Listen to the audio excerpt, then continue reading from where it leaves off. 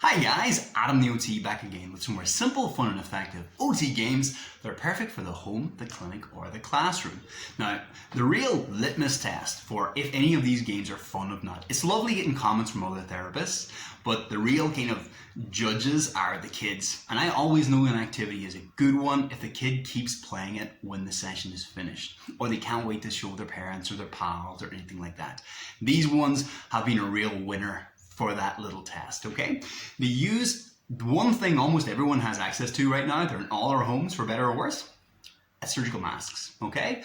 I started these because I had a couple of sensory sensitive kids who really didn't like wearing masks. They have just negative connotations. So I did it to make masks kind of playful and positive, but also it's the one thing I almost guarantee most of my teletherapy clients will have access to at home. So I made up quite a few little kind of dexterity and motor planning activities as well, which also went down a real treat, okay? And because everyone has access to them, the kids really like practicing them at home and then showing the parents how to do it with their masks as well, okay? So without further ado, let's show you the Mask Masterclass. So as with most of my activities, the only things you'll need are very, very simple. I like it to have super simple setup, so I didn't have to tell the families to prepare anything in advance. The only thing you'll need if you want to do all of them is a mask, of course, a mug or some sort of receptacle, my Harry Potter one, of course, a ball or something like relatively heavy and firm and round, so a tennis ball is perfect. And then if you want, you can use like knives and forks, they can be used, and marker, or any sort of mark making thing. Okay, Sharpies are perfect. All right, so the first one is called the Mask-Master, okay? So this is a dexterity challenge, okay? One of my in-hand manipulation, fine motor skills, dexterity challenges. This is something a lot of my kids really struggle with, and it's frustrating because not only do they struggle with, but the typical activities they're told to practice are very, very frustrating. So they don't want to practice it. So they're avoiding the very thing that's going to benefit them. So if I can come up with activities that are really fun and motivating, and they want to keep practicing, then they get into that flow state, and then all that lovely developmental growth there just happens. So we're going to take our mask. For this one, we just need the mask, and we need a tennis ball, okay? So let's show you the first three little versions of it, all right? So there's a whole bunch of things I do here. Take the tennis ball, you're gonna open up the mask a little to make a little hammock. So the first one is called the hammock. Now I'm gonna give the tennis ball a name, and it's gonna be a baby. So this is my little tennis ball. This is little baby Teddy. Teddy the tennis ball, okay? So when I tell a kid, with their fingers and thumbs, make a hammock for the baby. And they're gonna give the baby a name too, okay? So we're gonna bounce the baby. They're gonna swing the baby to sleep. There we go. Swing the baby to sleep. All right, but if they swing them too much, they're going to drop them.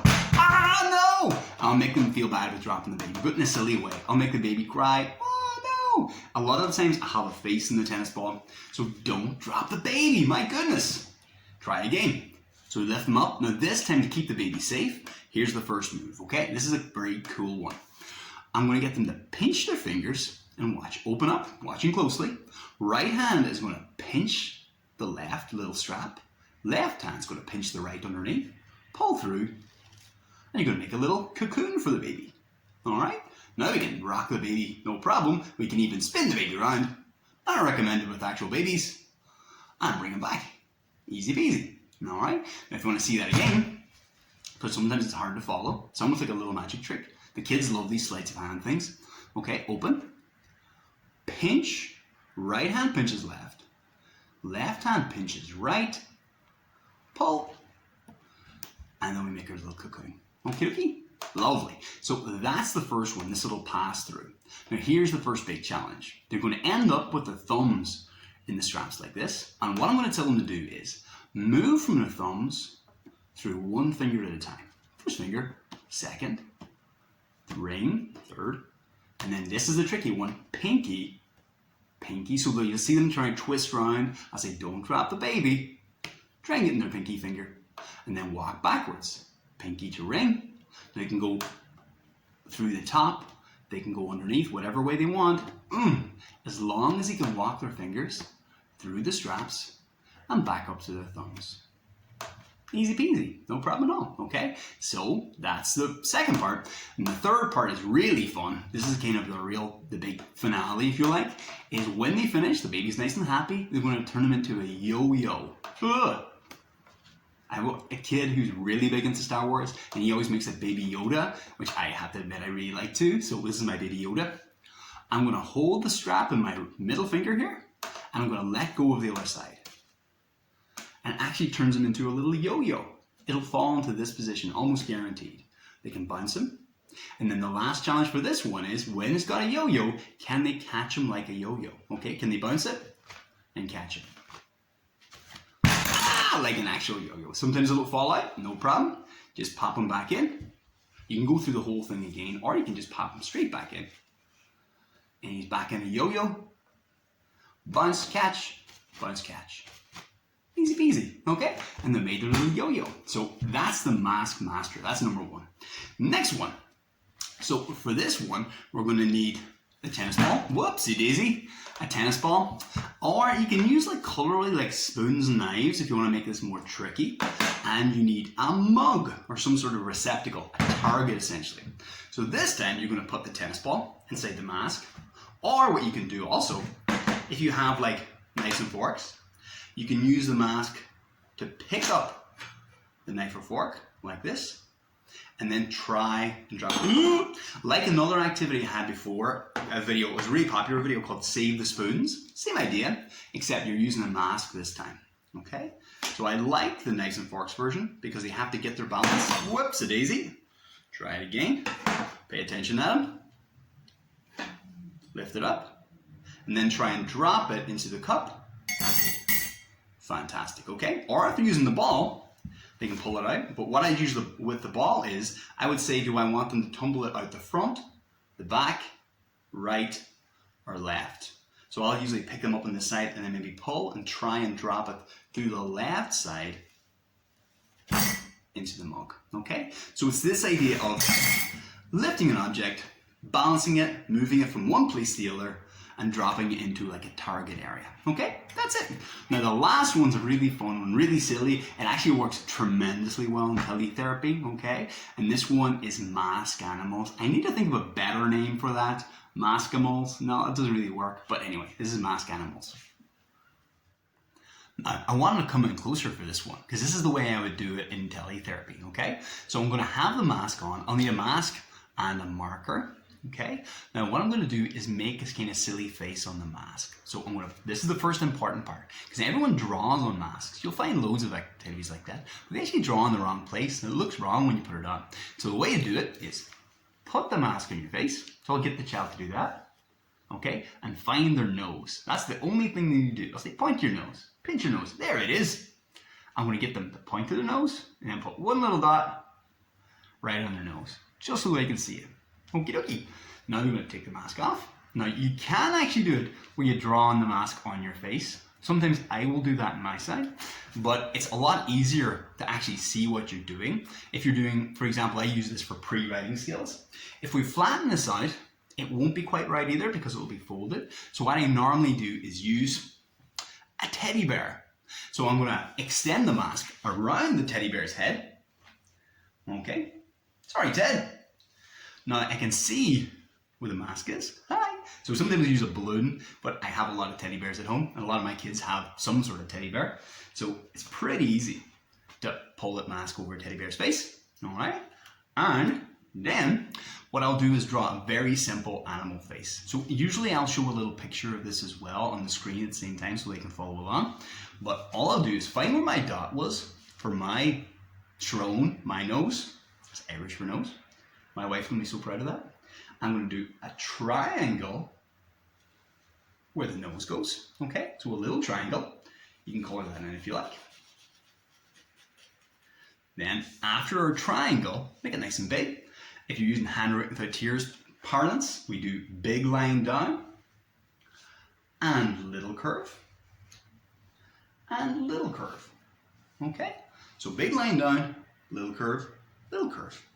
Then I will do 3 little lines on the right side, 3 little lines on the left side, and then a couple of little dots And then let's see what that looks like. So then we put it back on. Okay, I can make my nose a little bit stronger. Go over the lines again, because it's a brown marker. Normally I'd use a black one. And then when they put them back on their face, I'll say, okay, let me see your animal. And then they have their little face on the screen. And then I have ones we do for little mice and rabbits and dogs and kitties. Oh, I forgot the last part I normally do. Can I do this in the camera? Is a little sticky outy tongue like that. Okay, the kids really like that one. And it also encourages a lot of my kids to actually wear the masks, because then they'll keep the one they drew on, and then they're more encouraged to draw that. And then when they go out, maybe they want to draw a different animal the next time. So they're getting practice for the pre-writing skills, and also it's reducing their kind of opposition, increasing tolerance for mask wearing as well. Okay, and that's it. That's the mask animals. Any better names for that, just let me know. And that's it, guys. That's my 3 kind of current favorite little mask motor skills activities. Again, I love these like all my activities. I try and make it where there's very little setup and there's no cost involved. It's things like the masks and mugs and knives and forks that people might have around their home already. Even if the child, in fact, most of the time, I won't tell them to set it up. In the session, I'll say, okay, you've got 30 seconds, get me a mug, 2 spoons, and a mask. Go. And make it like a little treasure hunt. So as I always say, if the setup is developmentally rich, then do that part too. Don't skip anything. If you're doing things for the child that they could be doing for themselves, then you're almost taking away little developmental opportunities, okay? The world, their life is school. Everything they do is a learning opportunity. So don't miss out on those little subtle ones as well. But that's it. Thank you so much, guys. That one again can be graded for a very wide range of ages and abilities, especially the dexterity version. I have that for quite older kids as well. Then you can make it much slower for kids who are kind of trying a little bit more slowly or trying a little harder to do those movements. Even don't have to do every individual digit. You could just do 1, 2, 3 and then back. And again, as always, if you fail, it doesn't feel like failure because it's really silly and I make it an enjoyable experience. Sometimes that goes too far and the kids like dropping the baby, which doesn't sound great, but then they're motivated to actually get it right too, because I get to praise that as well. But every aspect of the activity feels fun. It never feels like failure. They never have a negative comparison to draw, which they do for a lot of other fine motor and dexterity tasks, because they're always comparing themselves to others and finding themselves wanting. But not with this, just fun, pure fun, okay? Thank you so much, guys. That's it for this week. If you have any questions or activities you'd like to see, let me know in the comments. As always, if you like these videos and want to stay updated, just click subscribe and there'll be a new one out every week. Okay, thank you so much, everyone. And that's it for this week from AdamTheOT. Out.